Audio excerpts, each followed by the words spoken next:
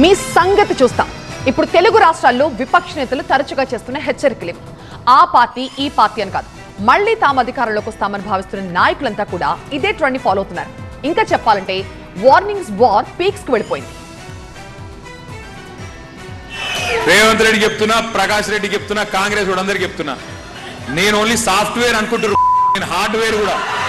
నాకు కూడా తెలుసు ఎప్పుడు మాట్లాడాలో, ఎప్పుడు ఏం చేయాలో, ఎప్పుడు గేరు మార్చాలో మాకు తెలుసు. పక్కా చెప్తున్నా, మీ అందరికి మాటిస్తున్నా, పోయిన 10 ఏళ్ల తిరగనైతే బీఆర్ఎస్ ఉండదు.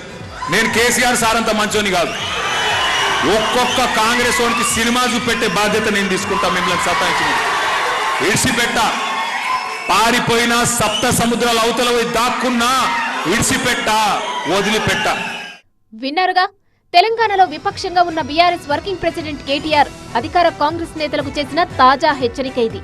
తమ పార్టీ నేతలను వేధిస్తున్న వారిని వదిలిపెట్టేదే లేదని బీఆర్ఎస్ చాలా కాలంగా చెబుతూ వస్తుంది. కానీ ఎప్పటికప్పుడు ఈ విషయాన్ని మరింత గట్టిగా చెబుతూ వస్తున్నారు కేటీఆర్. లేటెస్ట్ గా ఇదే వార్నింగ్ కు ఆయన మరింత పదును పెట్టడం హాట్ టాపిక్ గా మారింది.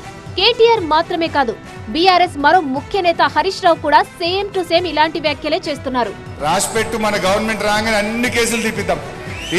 ఎవడెవడైతే కేసులు పెట్టిండో వాని మీద మళ్ళీ ఉల్టా ఆ పోలీస్ ఆఫీసర్ల మీద కూడా ఎంక్వైరీ పెట్టిస్తాం. కానీ రేపు మాత్రం ఈ తప్పుడు కేసు పెట్టినోని మీద రేపు విచారణ జరిపి తప్పుడు కేసు పెట్టినందుకు క్రిమినల్ యాక్షన్ తీసుకోవాల్సి వస్తుంది. డిఫమేషన్ సూట్ వేస్తాం. బిడ్డ మీరు రిటైర్ అయినా పొక్కలవన్నా కూడా పట్టుకొచ్చి మిమ్మల్ని తగిన శిక్ష వేస్తుంది. చట్టం వదిలిపెట్టదు.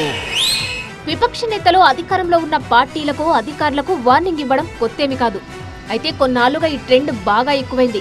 2024కు ముందు ఏపీలో విపక్షంలో ఉన్న టీడీపీ ముఖ్య నేత, ప్రస్తుత మంత్రి నారా లోకేష్ కూడా వైసీపీ నాటి అధికారులకు ఇలాంటి హెచ్చరికలే చేశారు. తాను చంద్రబాబు అంత సాఫ్ట్ కాదని, తమను ఇబ్బంది పెట్టిన వారెవరిని వదిలిపెట్టబోనని గతంలో చాలాసార్లు హెచ్చరించారు. తగ్గేదేలా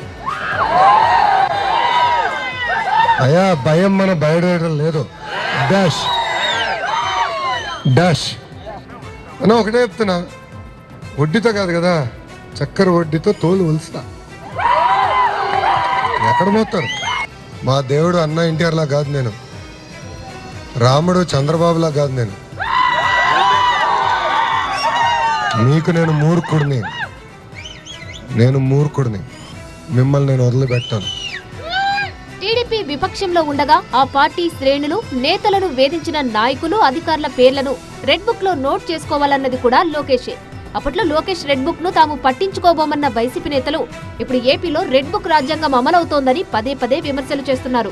నాడు వైసీపీ కొందరు అధికారులకు లోకేష్ హెచ్చరికలు చేసినట్టే ఇప్పుడు ప్రతిపక్షంలో ఉన్న మాజీ సీఎం జగన్ కూడా సేమ్ టు సేమ్ వార్నింగ్లు ఇచ్చేస్తున్నారు.